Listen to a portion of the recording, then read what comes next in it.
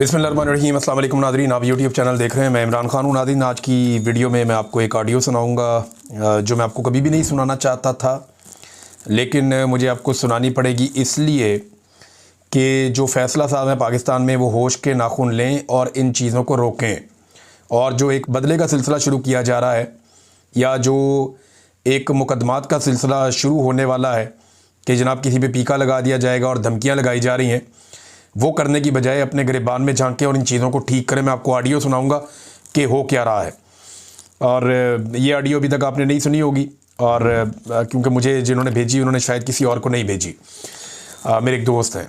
अब नाज़रीन, सनम जावेद को पेशावर से गिरफ़्तार कर लिया गया। पहली खबर तो ये है, गिरफ़्तार क्या किया गया, उठा लिया गया, अगवा कर लिया गया। क्योंकि गिरफ़्तारी तो वो होती है कि आपको कोई रोकता है, वो अपनी शनाख्त करवाता है, उसके बाद वो दिखाता है कि जनाब ये मेरी पहचान है, फिर ये FIR है, इस पर आपको गिरफ़्तार किया जा रहा है, या ये अदालती फ़ैसला, इस पर आपको गिरफ़्तार किया जा रहा है। नॉर्मली गिरफ़्तारी का एक पूरा प्रोसीजर होता है, ड्यू प्रोसेस ऑफ लॉ एक होता है। इमरान खान साहब को जब इस्लामाबाद हाई कोर्ट से गिरफ़्तार किया गया था, तो वो गिरफ़्तारी का प्रोसीजर ही गलत था, और वो जो जगह जहाँ से गिरफ़्तार किया गया था वो भी गलत थी। अदालत के अंदर से तो आप उठा नहीं सकते किसी साहिल को। तो इसी तरह ये भी गिरफ़्तारी एक गैर कानूनी और गलत गिरफ़्तारी है। गिरफ़्तारी ही बाद में हो जाएगी। ये अभी तक तो जब मैं वीलॉग कर रहा हूँ, मुझे तो नहीं पता कहाँ पे है वो, और सनम जावेद के बारे में कोई इतला तो नहीं आई। वो खैबर पख्तूनख्वा में महफूज थी, और वहाँ की जो सूबाई हुकूमत है उन्होंने प्रोटेक्शन दी हुई थी कि जी आप यहाँ पे रहें। और क्योंकि वहाँ पे देखें ना, खैबर पख्तूनख्वा में PTI की हुकूमत है, तो वहाँ जाने वालों को ये लगता है, पाकिस्तान तहरीक इंसाफ के लोगों को, कि वो वहाँ महफूज हैं। लेकिन ये जो सनम जावेद को उठाया गया है, इससे एक बात तो क्लियर हो गई है कि जब भी इदारे किसी को उठाना चाहेंगे वो वहाँ से भी उठा लेंगे। अगर किसी ने पेशावर में या खैबर पख्तूनख्वा में भी रहना है तो मुज़ाहमत का बंदोबस्त होना चाहिए। कम से कम इतने लोग साथ होने चाहिए कि 2-4 गाड़ियों में लोग आके आपको गिरफ़्तार करके या उठा के ना ले जाए। अब मेरे बहुत सारे दोस्तों को समझ आ गई होगी जो तनकीद करते थे कि इमरान रियाद अपने साथ 3-3 गाड़ियाँ लेकर क्यों घूमता है खैबर पख्तूनख्वा में। यहाँ पर तो खैबर पख्तूनख्वा में हुकूमत है PTI की, तो अब उन्हें समझ आ जानी चाहिए कि मैं इसीलिए बंदोबस्त करता था कि मुझे कोई उठा के यहाँ से ज़बरदस्ती ना ले जाए और यहाँ पे कोई ड्रामा ना हो जाए। सनम जावेद जा रही थी, और ये कैंट का इलाका है। यहाँ पे एक डबल केबन डाला आ गया, वीगो डाला, और एक और गाड़ी आ गई। इन्होंने आगे पीछे से घेर के रोक लिया, और फिर 5 लोग उन गाड़ियों में से निकले। उन्होंने वहाँ से सनम जावेद को ज़बरदस्ती घसीटते हुए वो ले गए। अब ये इंतहाई सिक्योरिटी वाला इलाका है। पास ही जो है वो एहलकार खड़े हुए थे, उनमें से कोई भी आगे नहीं हुआ, किसी ने पूछा ही नहीं, बल्कि आवाज़ें भी देते रहे, कोई भी नहीं आया। और CCTV फुटेज भी नहीं आई कि कोई CCTV फुटेज जब तक सामने आ जाती कि जनाब ये CCTV फुटेज है, इसके अंदर देखा जा सकता है कि ये वाली गाड़ी आई है, ये वाली दूसरी गाड़ी आई है, ये वाले लोग आए हैं, ये सनम जावेद को उठाकर ले गए। CCTV फुटेज भी नहीं आई। हम सारे जानते हैं एजेंसियों की कार्रवाई है, एजेंसियाँ ही उठाती हैं इस तरीके से। और सनम जावेद की बहन को थोड़े दिन पहले उठाया गया, फलक जावेद को, उन्हें भी एजेंसियों ने उठाया, ऐसे ही उठाया। अब सनम जावेद को उठा लिया गया पेशावर से, एक बहन को इस्लामाबाद से उठाया गया, दूसरी को पेशावर से उठाया गया। मुझे इनके वालिद गिरामी के ऊपर बहुत हमदर्दी है कि वो बहुत मुश्किल वक्त देख रहे हैं। पहले उनकी एक बेटी को बड़ा लंबा अरसा गिरफ़्तार रखा गया, अब उनकी दूसरी बेटी को गिरफ़्तार किया गया है। बकौल उनकी दूसरी बेटी के जो फलक जावेद हैं, वो ये बताती हैं कि उनके ऊपर ना सिर्फ तशद्दुद के तरीके आजमाए जाते हैं, बल्कि उनको ज़हनी तशद्दुद किया जाता है, और कुछ वहाँ पर उनके साथ बड़ी ज़ूमानी और बड़ी घटिया गुफ्तगू भी की जाती है, जो यहाँ बताना तो मुनासिब नहीं है। लेकिन वो खातून होने के बावजूद उन्होंने इतना बर्दाश्त किया कि उन्हें फिर वो बोलना पड़ा। अदालत में आकर उन्होंने मीडिया को बताया कि मेरे साथ किस किस्म के अल्फाज और घटिया गुफ्तगू इस्तेमाल की जाती है दौरान तफ्तीश। अब खैबर पख्तूनख्वा के अंदर कुछ जो अली अमीन गंडापुर साहब के हमायती हैं, वो सोशल मीडिया पे जश्न मना रहे हैं कि जनाब हमने सनम जावेद की अगवा की FIR दर्ज कर ली है, और साथ में हवाले ये दे रहे हैं जश्न मनाने के कि पंजाब में जब इमरान खान साहब पे गोली चली थी तो PTI की हुकूमत होने के बावजूद ये कहा जा रहा है जी तब FIR नहीं हो सकी। और देखिए, हमने सनम जावेद की अगवा की FIR यहाँ पे नामालूम अफराद के ख़िलाफ़ काट दी है। तो मैं ज़रा थोड़े हक़ाइक़ बता दूँ। इमरान खान साहब पे जब गोली चली पंजाब में, तो FIR दर्ज करने पे किसी को एतराज़ नहीं था। इमरान खान साहब ने कुछ जर्नैलों को नामज़द कर दिया था, जिसके ऊपर फिर पंजाब हुकूमत के कहने के बावजूद पुलिस FIR दर्ज नहीं कर रही थी, और बार बार पंजाब हुकूमत को और इमरान खान साहब को ये पैगामात भिजवाए जा रहे थे कि आप नामालूम अफराद के ख़िलाफ़ FIR दर्ज करवा लें, फ़ौरी तौर पर दर्ज हो जाएगी, और आप नामज़द ना करें। फैसल नसीर साहब को नामज़द किया हुआ था, कोई 1-2 लोग और थे, उन्हें नामज़द किया हुआ था इमरान खान साहब ने, जिस पे बड़ा एतराज़ था कि जी ये हम नहीं होने देंगे, और फिर नहीं हुई FIR। तो यहाँ पे कोई गंडापुर हुकूमत ने कोई किसी जर्नैल के ऊपर एफआईआर नहीं की, नामालूम अफराद के खिलाफ एफआईआर की है। और ये तो रोज़ाना की बुनियाद पे पूरे पाकिस्तान में हर जगह पे नामालूम अफराद के खिलाफ एफआईआर होती हैं। इसको कारनामा बता के वो क्या साबित करना चाहते हैं गंडापुर साहब के हमायती, कि कोई बहुत बड़ा उन्होंने कोई कारनामा कर दिया है। कारनामा तो वो होता है कि सनम जावेद को वज़ीर आला हाउस के करीब से उठाकर ले गए तो गंडापुर साहब उनको वापस बाजियाब करवा लेते और पूरे पेशावर को जैम कर देते, हर चीज़ को बंद कर देते, दाखिली खारजी रास्ते सब बंद कर देते और फिर तफ्तीश करते, ढूंढते, सीसीटीवी फुटेजेस को देखते और इस बात को सीरियस ले लेते। लेकिन ऐसा लगता है कि एफआईआर दर्ज करके जो है वो गोंगलुओं से मट्टी झाड़ दी गई है। बहरहाल अब ये दोनों बहनें जो हैं वो पंजाब में पहुंचा दी जाएंगी। गालिबन जो सनम जावेद हैं उन पे क्योंकि एक सज़ा उन्हें हो चुकी है 9 मई के मामले में, तो उसमें उनको डाल दिया जाएगा। जबकि जो दूसरी बहन है उस जज साहब जो हैं उसका रिमांड पे रिमांड दे रहे हैं। नाज़रीन, पाकिस्तान के DGISI आसिम मलिक साहब को बतौर DGISI काम जारी रखने की हिदायत कर दी गई है। सादा लफ्ज़ों में यह है कि उन्हें एक्सटेंशन मिल गई है, यानी इनकी जगह कोई और ऑफिसर इस काबिल नहीं था कि जिम्मेदारी अदा कर सके, या कम अज़ कम फील्ड मार्शल आसिम मुनीर साहब की नज़र में अब वो किसी और को इस काबिल नहीं समझते, उन्होंने इन्हीं को कंटिन्यू करवा दिया है। देखिए कि वजह एक ये भी बताई जा रही है कि हालात बहुत मुश्किल हैं, पाकिस्तान के अंदर भी दहशतगर्दी है, जबकि भारत भी दोबारा हमला कर सकता है, लिहाजा ताहुकुम सानी वो अपना काम जारी रखेंगे। अब मैं आपको एक चीज़ याद दिलाता हूँ, जब इमरान खान साहब की हुकूमत थी ना तो उस वक्त फैज़ हमीद को तब्दील करने का फ़ैसला किया गया और जनरल बाजवा ने फैसला किया कि वो जनरल नदीम अंजुम को लाएंगे। बाद में जनरल बाजवा ये भी कहते रहे कि जनरल नदीम अंजुम को लाना उनकी एक बहुत बड़ी गलती साबित हुई, लेकिन चले फैसला हो गया कि नदीम अंजुम साहब को लेकर आएंगे और जनरल फैज़ हमीद को हटा देंगे। तो इमरान खान साहब ने कहा कि हालात ऐसे हैं, खित्ते में बहुत बड़ा गेम चेंजर हो रहा है, अमेरिका यहाँ से निकल कर जा रहा है, एक इनखला की सिचुएशन के बाद यहाँ पे अफ़गानिस्तान की पॉलिसी के हवाले से हमें एक DGISI को थोड़ा अरसा और कंटिन्यू करवाना चाहिए। लेकिन तब बहुत सारे लोगों ने ये आर्गूमेंट दिया कि फ़ौज के तमाम अफसरान बड़े काबिल हैं, जो बाकी जर्नैल हैं वो भी इतनी काबिलियत रखते हैं, जनरल फैज़ हमीद साहब कोई आसमान से उतर कर नहीं आए हुए, और लिहाजा अब जो अगला जर्नैल है उसको लाया जाए और वो आकर अपना काम करे। ये उस वक्त आर्गूमेंट आ रहा था। लेकिन अब वो लोग ये कह रहे हैं कि जी हालात बहुत ख़राब हैं, लिहाजा जनरल साहब को कंटिन्यू करना पड़ेगा DGISI के तौर पे। तो ये इनके मौक़िफ़ बदलते रहते हैं। एक्चुअली होता क्या है कि मौक़िफ़ वही होता है जो आर्मी चीफ़ का मौक़िफ़ होता है। आर्मी चीफ़ को जो सूट करता है एक्चुअली वही मीडिया का मौक़िफ़ बन जाता है, पाकिस्तान में जो टाउट्स हैं उनका वो मौक़िफ़ बन जाता है और वही इदारे का मौक़िफ़ भी बन जाता है। जब आर्मी चीफ़ ये चाहे कि एक नया DGISI लाना है तो फिर सारे जर्नैल काबिल हो जाते हैं और किसी को भी लाके बनाया जा सकता है। लेकिन जब आर्मी चीफ़ ये चाहे कि यही DGISI कंटिन्यू करेगा तो फिर कोई भी इस काबिल नहीं होता कि उनकी जगह ले सके। सादी बात यह है, बिला वजह इतनी लंबी बहस में जाने की ज़रूरत ही नहीं है। अब नाज़रीन, एक और चीज़ मैं आपके साथ शेयर करता हूँ। ये जो ऑडियोज़ वाला मैंने आपको मामला कहा था, तो ये 2 ऑडियोज़ है मेरे पास। पहली ऑडियो मैं आपको सुनाता हूँ, फिर दूसरी थोड़ी सी मैंने स्पीड इसकी तेज़ की है क्योंकि ऑडियो बहुत लंबी है। ये नौजवान है, इनका ताल्लुक़ है जनाब आज़ाद कश्मीर से, और इनके साथ जो वाक़या पेश आया, ये इस्लामाबाद एयरपोर्ट गए अपने भाई को छोड़ने के लिए और वहाँ से वापसी पे इनके साथ पुलिस ने क्या वाक़या किया। नाज़रीन, ये आपने सुना ऑडियो का मामला। अब ये बच्चा बता रहा है कि ये सिर्फ अपने भाई को छोड़ने गए थे और उसके ऊपर ने कितना मारा गया। और सबसे खौफनाक बात यह है कि वो ये क्लेम कर रहा है कि उसको कहा गया कि कश्मीर मुर्दाबाद बोलो। ये नफ़रत को क्यों बढ़ाना चाहते, कहाँ लेकर जाना चाहते हैं? इस्लामाबाद की पुलिस तशद्दुद करने गई थी ना आज़ाद कश्मीर में, वो तो यहाँ नहीं आए थे। उन्होंने तो पहले अनाउंस किया हुआ था और उनके सारे जायज़ मुतालबात हैं और इतने जायज़ हैं कि वफाकी हुकूमत और वहाँ की हुकूमत दोनों ने मिलकर वो मुतालबात माने हैं। तस्लीम किया कि आपके मुतालबात जायज़ हैं, आपके 38 के 38 मुतालबात जायज़ हैं। ना सिर्फ वो सारे माने बल्कि 4 मुतालबात मज़ीद माने।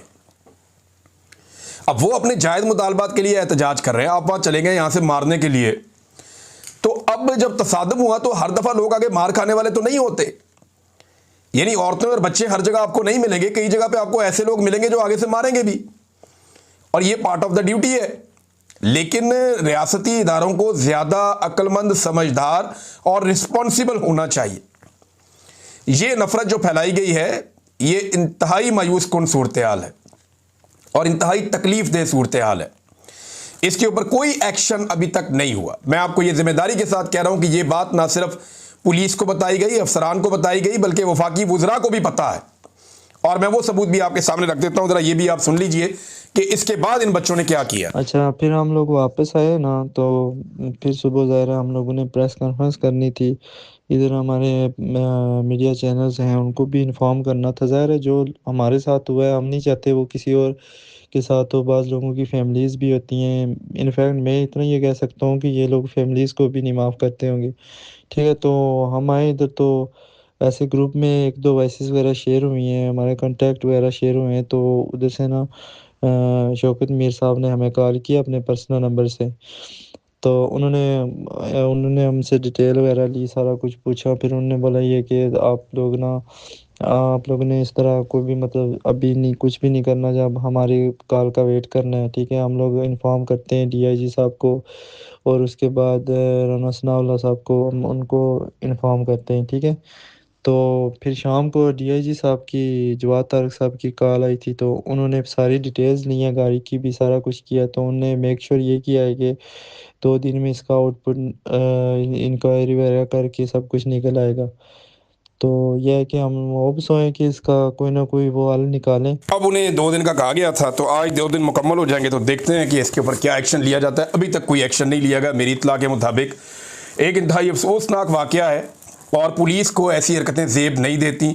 सीनियर अफसरान को नोटिस लेना चाहिए। और कश्मीर जिंदाबाद, पाकिस्तान जिंदाबाद, किसी को भी मुर्दाबाद का नारा लगाने का या लगवाने का या ज़बरदस्ती लगवाने का कोई इख्तियार नहीं है। अब नाज़रीन, एक और ख़बर है, और ये है पाकिस्तान पीपल्स पार्टी क्यों लड़ रही है PMLN से। इसके बारे में कुछ इत्तलात आती रहती है। एक तो ये नूरा कुश्ती है, सब जानते हैं। अगर नूरा कुश्ती ना होती तो अभी तक तहरीक अदम एतमाद ले आते और इनका वज़ीर आज़म उठा के बाहर फेंक देते। लेकिन नूरा कुश्ती है, और नूरा कुश्ती सिर्फ इसलिए है कि थोड़ी तवज्जो मिल जाए पब्लिक की, हम अपने अपने लोगों को थोड़ा मोटिवेट कर लें, थोड़ा जो खीर बट रही है उसके अंदर से कुछ हिस्सा हमें ज़्यादा मिल जाए। पाकिस्तान को बांट रहे हैं ना आजकल सारे। कोई यहाँ से मादनियात उठा रहा है, अमेरिका को मादनियात दे रहा है, कोई ये दे रहा है, कोई वो दे रहा है, कोई सियाहत ले रहा है, कोई पानी ले रहा है, कोई ज़राअत ले रहा है, कोई कुछ ले रहा है, कोई। पाकिस्तान में मौज लगी हुई है माफिया की। जो चीनी वाला माफिया है वो अपनी कमाइयाँ अंधाधुंध कर रहा है, जो गंदम वाला माफिया है वो अपनी कमाइयाँ कर रहा है, सियासी माफिया अपनी कमाइयाँ कर रहा है। इस वक्त दिहाड़ी चल रही है पाकिस्तान में, सबको उसके अंदर हिस्सा चाहिए। हिस्से की लड़ाई है और तो कोई लड़ाई है नहीं। अब पाकिस्तान पीपल्स पार्टी जो है वो 27वीं आईनी तरमीम से पहले अपना अपना रेट सारी पार्टियां बढ़वाना चाहती हैं। यही काम एमएल वली खान साहब भी करना चाहते हैं, पीपल्स पार्टी भी करना चाहती है। सबको पता है कि रेट बढ़ने का एक ही तरीका है, 27वीं आईनी तरमीम से पहले की तरह थोड़ी नाराज़गी शो कर दी जाए। दूसरा एक एक्सटेंशन और आ रही है DGI से, की तो होगी, आर्मी चीफ की भी हो जाएगी। तो वो जो आर्मी चीफ की एक्सटेंशन है उससे पहले भी सारे अपना अपना रेट लगवा रहे हैं कि जनाब कुछ हमें भी मिलना चाहिए। ऐसा तो नहीं है, हम भी यहाँ बैठे हैं राहों में, हम भी इस सारे गेम का हिस्सा है। तो सारे अपना अपना हिस्सा लेना चाहते हैं। लेकिन आज जो मैंने एक मंजर देखा ये बड़ा मज़ेदार है। ANP के कारकुनान कलाशन कोफियाँ उठाकर, बंदूकें उठाकर, बड़े बड़े छन्ने लगे हुए हैं, बेहतरीन असला उठा के वो सारे के सारे हुक्मरानों को चैलेंज कर रहे हैं, नाम ले लेकर। फलाने को भी चैलेंज, वज़ीर आज़म को चैलेंज, वज़ीर दाखिला को भी, फलाने को भी चैलेंज, नाम ले लेके सब खुल के चैलेंज कर रहे हैं। ANP के कारकुन बंदूकें उठाई हुई हैं, वहाँ पे तकरीबन दर्जनों लोग इकट्ठे हैं, सब ने बंदूकें पकड़ी हुई हैं कि हम अपने लीडर की हिफाजत खुद करेंगे। लेकिन अगर आप एक लम्हे के लिए फ़र्ज़ करेंगे, जब इमरान खान साहब की सिक्योरिटी वापस ली गई निज़ाम की जानिब से, अगर उस वक्त पाकिस्तान तहरीक इंसाफ के कारकुनान या मियाँ वाली से लोग आ जाते, खैबर पख्तूनख्वा से या लाहौर से निकल आते, बंदूकें उठाकर इसी तरह की एक वीडियो बना देते, तो ये निज़ाम क्या करता?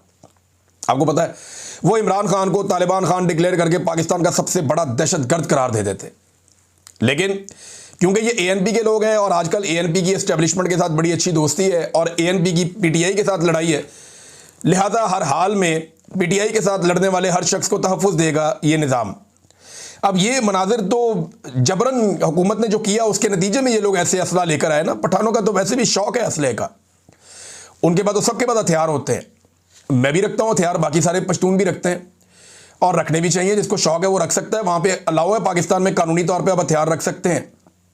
लेकिन मैं बात ये नहीं कर रहा कि उन्होंने हथियार रखा क्यों या उठाया क्यों, वो उनकी अपनी सोच है। मेरी सोच ये है कि अगर यही काम इमरान खान साहब की पार्टी के किसी बंदे ने किया होता तो उसके साथ क्या होता, ज़रा एक लम्हे के लिए ये सोचिए और अंदाज़ा लगाइए। इस्लामाबाद में जो एक झंडा TTP का दिखाई दिया, उसके बारे में कुछ लोग ये दावा कर रहे हैं कि ये झंडा इंतज़ामिया ने खुद लगवा के खुद खबर चलवाई है। वजह यह है ताकि रेलिवेंसी बढ़ जाए दहशतगर्दी के खिलाफ जंग की, और एक माहौल बनाया जाए कि देखिए जी वो यहाँ तक पहुँच गए हैं, हमें फौरी तौर पे एक ऑपरेशन करना पड़ेगा। जैसे कि माजी में कहा गया कि दहशतगर्द स्वात पहुंच गए, अब इस्लामाबाद पहुंचने वाले हैं, मारगला की पहाड़ियों पे आ गए हैं, लिहाजा एक ऑपरेशन नागुदीर हो चुका है। बहुत सारे ऑपरेशन हुए लेकिन आज तक पाकिस्तान में अमन नहीं आया। हर ऑपरेशन के बाद अमन की बजाय बदअमनी बढ़ जाती है। अब एमन वली खान साहब जो है, उनकी गिरफ्तारी की इतलात आई लेकिन सारी तरदीद भी आ गई कि उनकी गिरफ्तारी नहीं हुई, और मुझे नहीं लगता उनकी गिरफ्तारी होगी। मुझे ऐसा लगता है कि एमन वली खान साहब रुजू कर लेंगे बहुत जल्दी और चीज़ें नॉर्मलाइज हो जाएंगी, क्योंकि उनके बेनिफिट्स बहुत बड़े हैं ना। एक तो उन्हें सेनेटर बनाया बलूचिस्तान से, तो हम सब जानते हैं कि वो एस्टेब्लिशमेंट ने उन्हें बलूचिस्तान से सेनेटर बनाया, तो वो एस्टेब्लिशमेंट की नाराज़गी मोल नहीं ले सकते। दूसरा, एमन वली खान साहब जो हैं वो मिनिस्टर इनक्लेव के अंदर, ये इस्लामाबाद की सबसे पोश लोकेशन है मिनिस्टर्स इनक्लेव। मैंने एक दो दफ़ा अंदर से देखा। एक दौर में मैं गया था नवाज शरीफ साहब के दौर में, और एक दफ़ा मैं पीटीआई के दौर में गया था। ये दो अदवार में मैं उसके अंदर गया हूं। मैंने जाके अंदर से देखा क्या वो लेविश किस्म का लाइफ स्टाइल है। अंदर बड़े बड़े खूबसूरत बंगले बने हुए हैं, बड़ी प्यारी सड़कें बनी हुई हैं, बागात हैं, जंगल है, बहुत प्यारा है। मिनिस्टर इनक्लेव जो है ना, वो किसी की ख्वाहिश हो सकती है कि उसको अंदर से जाके देखे, इतना प्यारा है वो। वहां पे बंगला नंबर 7 जो है, 7 नंबर, ये सवाल किया गया एमन वली खान से कि आप ये बंगला नंबर 7 में क्या कर रहे हैं, आप इसे क्यों नहीं छोड़ देते, आप तो मिनिस्टर भी नहीं है, तो मिनिस्टर इनक्लेव में आपका बंगला क्यों है। तो साथ ही एमन वली खान साहब गुस्सा कर गए। उन्होंने कहा जी क्यों, मैं क्यों छोड़ूं, तुमने मुझे दिया। और यार बात ये है, कौम के पैसे से आप वहां पे रहते हैं, आप तो मिनिस्टर नहीं है ना, आप हुकूमत का हिस्सा है, बल्कि आपकी तो हुकूमत के साथ लड़ाई चल रही है, तो आप वो बंगला छोड़ दे। बंगला भी नहीं छोड़ेंगे, बंगले के अंदर भी रहेंगे। मिनिस्टर इनक्लेव का बंगला नंबर 7 जो है, एमन वली खान साहब उसमें रहते हैं और उसको छोड़ते भी नहीं है। अच्छा, उन्होंने वजह ये बताई कि और लोग भी तो रहते हैं, यानी और लोग अगर गलत काम करते हैं तो मैंने भी कर लिया, तो क्या फर्क पड़ता है। इसको देखने का एक एंगल और भी है। अब एमन वली खान साहब ये कहते हैं कि हम महरूम लोग हैं, हमारे साथ बड़ी ज्यादतियां हुई हैं हमेशा, हम छोटे सूबे के लोगों को कुचला गया है, हम क्यों ना उन वसाइल के अंदर हिस्सेदार बने जो अय्याशी पंजाब के सियासतदान करते हैं। एक उनकी ये भी सोच है। अब इस एंगल से देखें तो बात गलत नहीं है कि भाई यहाँ पंजाब से लोग आते हैं, इधर भी वो घर उसका, वो भी उसका, वो भी उसका, वो भी उसका, तो ये हमें कब हिस्सा मिलेगा, ये खैबर पख्तूनख्वा के बलूचिस्तान के लोग कहते हैं। लिहाजा ये अब बंगला नंबर 7 जो है, ये उनके लिए शर्मिंदगी का बाइस तो बन गया, लेकिन वो बंगला छोड़ने के लिए फ़िलहाल तैयार नहीं है, बल्कि उन्होंने इसके ऊपर रिएक्शन दिया है। नाज़रीन, एक और खबर है, डोनाल्ड ट्रंप के लिए एक प्रॉब्लम खड़ी कर रही है एक नौजवान लड़की, 22-23 साल की लड़की है। प्रॉब्लम क्या खड़ी कर रही है ये मैं आपको बताऊंगा नेक्स्ट वीलॉग में। अब तक के लिए इतना ही, अपना ख्याल रखिएगा, अपने चैनल का भी। अल्लाह हाफ़िज़।